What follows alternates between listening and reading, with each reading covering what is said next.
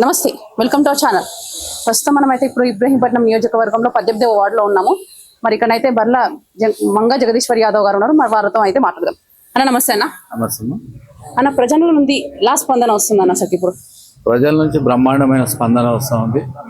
కాంగ్రెస్ ప్రభుత్వం వచ్చిన తర్వాత ప్రజలకు ఏం కావాలనో తెలుసుకొని మేనిఫెస్టోలో ఏదైతే పెట్టిరో అది పూర్తి స్థాయిలో అమలైంది. కాబట్టి ప్రజలలో ఒక విశ్వాసం ఉంది. కాంగ్రెస్ పార్టీ వస్తేనే ఈ అభివృద్ధి కార్యక్రమాలు కానీ ఇవన్నీ కూడా అవుతున్నాయని చెప్పేసి ప్రజలలో మంచి విశ్వాసం ఉంది. ఎందుకు అంటే గత ప్రభుత్వం మోసపూరితమైన వాగ్దానాలు ఇచ్చి ఏ ఒక్కరికి కూడా 12 సంవత్సరాలు ఒక్క రేషన్ కార్డు ఇవ్వలేని ప్రభుత్వం ఏదైనా ఉంది అంటే అది గత ప్రభుత్వమే. కాంగ్రెస్ ప్రభుత్వం రాగానే అర్హులైన నిరుపేదలకు అందరికీ కూడా రేషన్ కార్డు ఇవ్వడం జరిగింది. అదేవిధంగా ఇందిరమ్మ ఇండ్లు లేని నిరుపేదలకు అందరికీ కూడా అర్హులైన వారికి అందరికీ మా ఊర్లోనే ఇంచుమించు ఇబ్రాహీంపట్నం మున్సిపాలిటీలో 500 ఇండ్లు శాంక్షన్ చేసిన ఘనత మా గౌరవ ఎమ్మెల్యే గారికి.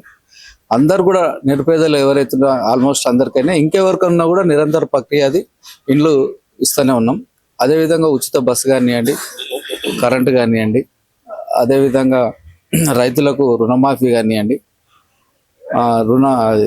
రైతు భరోసా వాళ్ళకి కల్పించి ఇన్సూరెన్స్ సౌకర్యం కానీ, ఒక మెరుగైన వైద్యం కోసం 10 లక్షల రూపాయలు ప్రభుత్వం రేషన్ కార్డు ఉన్న ప్రతి ఒక్కరికి కూడా వైద్యం అందించాలని ఒక లక్ష్యంతో 10 లక్షల రూపాయల ఇన్సూరెన్స్ అది పెట్టడం జరిగింది. ప్రజలు ఏ కోణంలో ఆలోచన చేసినా కాంగ్రెస్ ప్రభుత్వం వచ్చిన తర్వాతనే మాకు బాగా అభివృద్ధి జరిగింది, సంక్షేమ పథకాలు కూడా అన్నీ అందుతూ ఉన్నాయి అని చెప్పి బ్రహ్మరథం పడతా ఉన్నారు. ముఖ్యంగా మా ఎమ్మెల్యే గారు ప్రత్యేకమైన చొరవ ఇబ్రాహీంపట్నాన్ని రూపురేఖలు మారుస్తా అని చెప్పి ఏదైతే వాగ్దానం చేసిండో వచ్చిన కొత్తలో ఎలక్షన్లో, దానికి అనుగుణంగా ఈరోజు 225 కోట్ల రూపాయలు వెచ్చించి ఆధునిక పద్ధతిలో ఈ ప్రాంత ప్రజలు ఆరోగ్యం కోసం నానా అవస్థలు పడతా ఉన్నారు. ప్రైవేట్ హాస్పిటల్ మీద ఆధారపడి పోతా ఉన్నారు. వాళ్ళకు ఆర్థికంగా చాలా ఇబ్బంది జరుగుతుందని చెప్పి తెలుసుకొని ఆయన ప్రత్యేకమైన శ్రద్ధ వహించి 100 పడకల ఆసుపత్రిని ఇబ్రాహీంపట్నానికి శాంక్షన్ చేసి 100 కోట్ల బడ్జెట్ హాస్పిటల్ పెట్టి అధునాతనమైన పరికరాలు, అనుభవజ్ఞులైన డాక్టర్లను తీసుకొచ్చి పెట్టాలని ఒక సంకల్పంతో ఈరోజు హాస్పిటల్ ప్రారంభించడం జరిగింది. అదేవిధంగా అది ముఖ్యంగా మా వార్డులో ఉండడం మాకు చాలా అదృష్టం అని చెప్పి మేము అనుకుంటా ఉన్నాం. అదేవిధంగా ఈ స్థానికంగా ఉన్న సబ్ రిజిస్ట్రార్ కార్యాలయం ఏదైతే ఉందో అది గత 40-50 సంవత్సరాల నుంచి కిరాయికే ఉన్నది. కాబట్టి పర్మనెంట్ ఒక బిల్డింగ్ ప్రభుత్వానికి ఉండాలని ఒక సంకల్పంతో అది శాంక్షన్ చేసిన తర్వాత అది సరిపోతలేదని చెప్పి మళ్ళీ ఒక 1 కోటి రూపాయలు శాంక్షన్ చేసి ఒక 32 మడిగలు అయ్యేటట్టుగా కొత్తగా కార్యక్రమాన్ని తీసుకొని ఈరోజు పనులు ప్రారంభమైనాయి.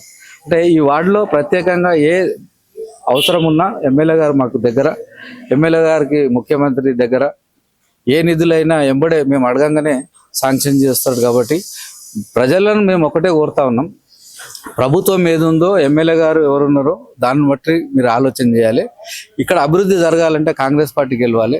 కాంగ్రెస్ పార్టీ గెలిస్తేనే ఎమ్మెల్యే గారు ఉన్నారు, గౌరవ ముఖ్యమంత్రి గారు ఉన్నారు, ప్రభుత్వం ఉంది. కాబట్టి ఎక్కువ నిధులు మా ఎమ్మెల్యే గారు ముఖ్యమంత్రి గారి నుంచి తీసుకొచ్చే నాయకుడు. ఎందుకంటే 119 మంది ఎమ్మెల్యేల కంటే దాంట్లో మా ఇబ్రాహీంపట్నం ఎమ్మెల్యే గారు ఒక మంత్రికి ఉన్నంత పవర్ ఆయనకున్నది ముఖ్యమంత్రి గారి దగ్గర. కానీ ఆయన ఏది చెప్తే ఆ నిధులు మా మున్సిపాలిటీకి రావడానికి ఆస్కారం ఉంది. కాబట్టి దయచేసి ప్రజలకు విజ్ఞప్తి, అధికారం కోసం, అభివృద్ధికి ఆలోచన చేయండి, అభివృద్ధికి ఓటేయండి. అభివృద్ధికి ఓటేసినప్పుడే మనకి ఇక్కడ ఈ ప్రాంతం అభివృద్ధి చెందుతుంది. దాన్ని దృష్టిలో పెట్టుకొని మీరు కాంగ్రెస్ పార్టీని ఆదరించి 18వ వార్డులో నేను మా సతీమణి నిలబడ్డది ఇక్కడ. ఆమెకు కాంగ్రెస్ హస్తంపై ఓటేసి భారీ మెజార్టీతో గెలిపియాలి. మోసపూరితమైన వాగ్దానాలు ఇచ్చి ఇలా ఇక్కడ క్యాండిడేట్ లేనట్టు ఖానాపురం పక్క మా మున్సిపాలిటీ కానీ వేరే వార్డుకి వెళ్ళి తీసుకొచ్చి ఇక్కడ బీజేపీ వాళ్ళు పెట్టడం జరిగింది. స్థానికంగా ఉండే నాయకులు గారు ప్రజలలో ఉండే నాయకులను ఎంచుకోండి. ఇక్కడ మీరు వ్యక్తులుగా మీరు ఒకసారి ఆలోచన చేయండి. ఇప్పుడు నిలబడ్డ అభ్యర్థులు ఎవరైతున్నారో ప్రభుత్వానికి దగ్గర ఉన్నాం, ఎమ్మెల్యే గారికి దగ్గర ఉన్నాం. అభివృద్ధి గతంలో కూడా మేము ఆల్రెడీ మున్సిపల్ వైస్ చైర్మన్గా చేయడం జరిగింది. అభివృద్ధి ఎట్లా చేయాలో మాకు పూర్తి అనుభవం ఉంది దాని మీద. కాబట్టి ఆలోచన చేసి ఓటేయండి. అనవసరమైన మోసపూరితమైన ఆలోచనలకు పోకుండా అభివృద్ధి చెందేందుకు అభివృద్ధి కావాలంటే కాంగ్రెస్ పార్టీ పోయేటి చేతి గుర్తుకు ఓటేసి భారీ మేజార్టీతో గెలిపించాలని చెప్పి విజ్ఞప్తి చేస్తాం. అయితే ఈ మీ 18 వార్డులో ఎన్ని ఓటర్లు ఉన్నారు అసలు? ఎంతమంది ఓటర్లు ఉన్నారు? 886 మంది మా ఓటర్ల సంఖ్య. ఎంత మెజారిటీతో గెలుస్తా అని ఒక అంచనా వేసుకున్నారు అసలు? నాకు తెలిసి 886లో కొంతమంది చనిపోయిన వాళ్ళు ఉన్నారు, కొన్ని డబల్ ఓట్లు ఉన్నాయి. 800 దాకా అయ్యండి. 700 నుంచి 750 ఓట్ల పోలైతే దాంట్లో మాకు మెజారిటీగా 600 ఓట్లు వస్తాయని చెప్పి మాకు విశ్వాసం ఉంది. ఎందుకు అంటే పార్టీ మీద అభిమానం ఉంది, వ్యక్తిగతంగా నా మీద చాలా ఉంది. నాతో పాటుగా నన్ను ఈ వార్డులకు రప్పించిన మా సోదరులు ఇద్దరు, ఇంద్రాల రమేష్ గారు మార్కెట్ కమిటీ మాజీ చైర్మన్, మొన్న కూడా ఇనామినస్గా గెలవడం జరిగింది ఈ వార్డులో.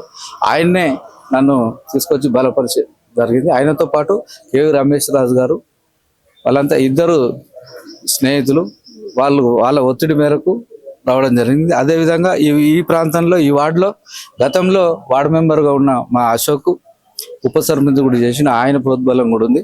ఈ 3-4 ప్రోద్బలం వల్ల 100% మాకు 600 పైచిలకు ఓట్లు వస్తాయని చెప్పి విశ్వాసం ఉంది. అయితే మీ 18 వార్డులో ఏమైనా ప్రధాన సమస్యలు మనకు అనిపిస్తున్నాయి ఇక్కడ మీకు? ఆల్మోస్ట్ దీంట్లో ఉన్న సమస్యలు గతంలో మేము 2 సంవత్సరాల నుంచి చేస్తూనే ఉన్నాం. హాస్పిటల్ సమస్య ఉండే, అది క్లియర్ అయిపోయింది. సబ్ రిజిస్టార్ది ఉంది, క్లియర్ అయిపోయింది. చిన్న చిన్న సమస్యలు ఉన్నాయి, అదేం పెద్ద సమస్యలు కాదు, అవి రెగ్యులర్గా ఉండేటివి. అట్లాంటి సమస్యలు అసలు ప్రత్యేకమైన సమస్యలు అంటూ ఏం లేవు. ఏదైనా ఉన్నా కూడా ఈజీ చిన్న సమస్యలే, అది పెద్ద పట్టించుకోవాల్సింది. ఒకవేళ మీరు గెలిస్తే ప్రజలకు ఏం చేయాలని అనుకుంటున్నారు? ఒకటి, ప్రజలందరూ కూడా సంతోషంగా ఉండేటట్టుగానే మా ఆలోచన ఉంటుంది. ఎందుకు అంటే ఇక్కడ ఏదో మేము అధికారం చేసి ఏదో 4 రూపాయలు సంపాదించుకోవడానికి రాలేదు, ప్రజలకు సేవ చేయాలనే ఒక ముఖ్య లక్ష్యం పెట్టుకొని మేము పనిచేస్తా ఉన్నాం. గతం నుంచి 30 ఏళ్ళకి రాజకీయాలు ఉన్నాం, ఎక్కడ కూడా అవినీతి అనేది మా చరిత్రలో లేదు. ఎందుకంటే గతంలో నేను చేసిన ఏ వార్డులో అయినా కూడా అప్పుడు మీరు చూడండి, 1 రూపాయి పైసా పని లేకుండా చేసినాం. ఇక్కడ కూడా అన్ని సమస్యల మీద దృష్టి నాకు ఉంది, అవగాహన ఉంది.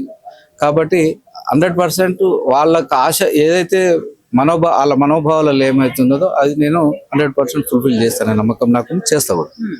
కాంగ్రెస్ ఇచ్చిన 6 హామీ పథకాలు అమలు కాలేదని కొంతమంది అంటున్నారు, మీరేమో 6 హామీ పథకాలు అమలు అయ్యాయని కూడా అంటున్నారు. మరి ఏది వాస్తవం అంటారు? తప్పుడు విమర్శలమ్మా. ఇప్పుడు ఉదాహరణకు ఆ రూట్లో మీరు ఆలోచన చేయండి. ఉచిత బస్సు ఇస్తున్నాం కదా, కరెంటు వస్తుంది కదా, ఏది 200 యూనిట్ల వరకు. అదే విధంగా ఇప్పుడు రుణమాఫీ చేసినాం కదా, సన్న బియ్యం ఇస్తున్నాం, అడగనివి రేషన్ కార్డులు ఇచ్చినాం, డబుల్ బెడ్ ఇందిరమ్మ ఇండ్లు ఇచ్చినాం.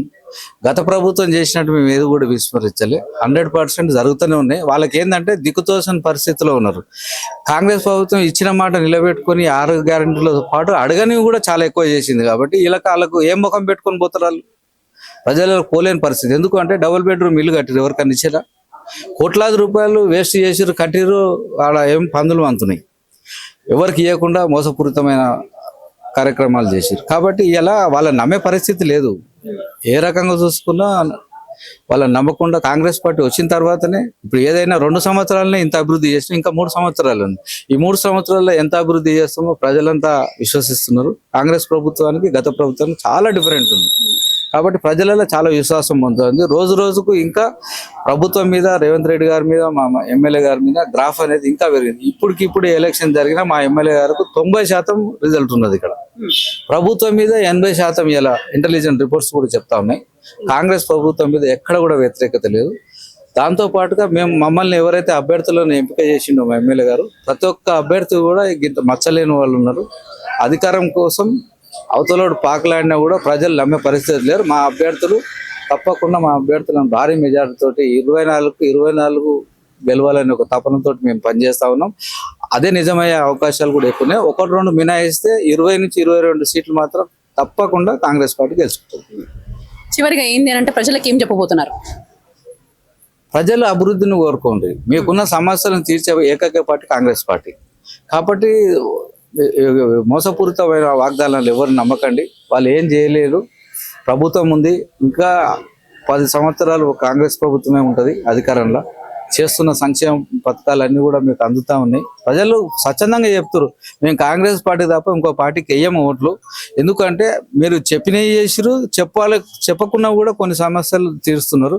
స్థానికంగా మా ఎమ్మెల్యే గారు ఈ ఇబ్రాహీంపట్నం రూపురేఖలు మారుస్తా అని ఏదైతే నినాదం తీసుకొని పనిచేస్తా ఉన్నాడో దానికి చాలా వాళ్ళు విశ్వాసం వ్యక్తం చేసి ఎమ్మెల్యే గారు వచ్చినాకనే అభివృద్ధి చెందుతుంది ఈ ప్రాంతం అంతా అని చెప్పి వాళ్ళు విశ్వసించి మాకు భారీ మెజార్టీ ఇచ్చి గెలిపిస్తామని చెప్పి ఏ ఇంటికి పోయినా అదే మాట చెప్తా ఉన్నాం.